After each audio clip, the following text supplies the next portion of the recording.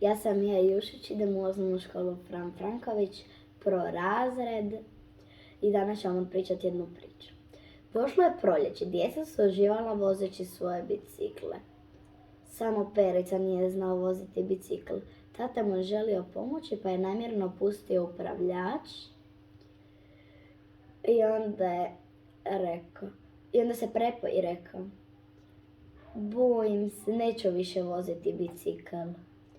Došao u kuhinju kod mame. Mama pekla palačinke i pita mamu: mama, ja bi probao, ali ne znam kako.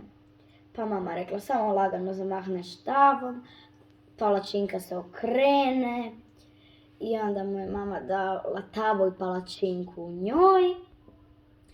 I onda je on vježbao, mama išla pričat na mobitel.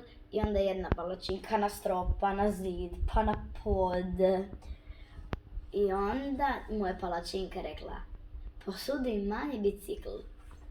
On je posudio manji bicikl od prijatelja Borisa. I prvo je vozio metar, pa dva, pa se doveo doma.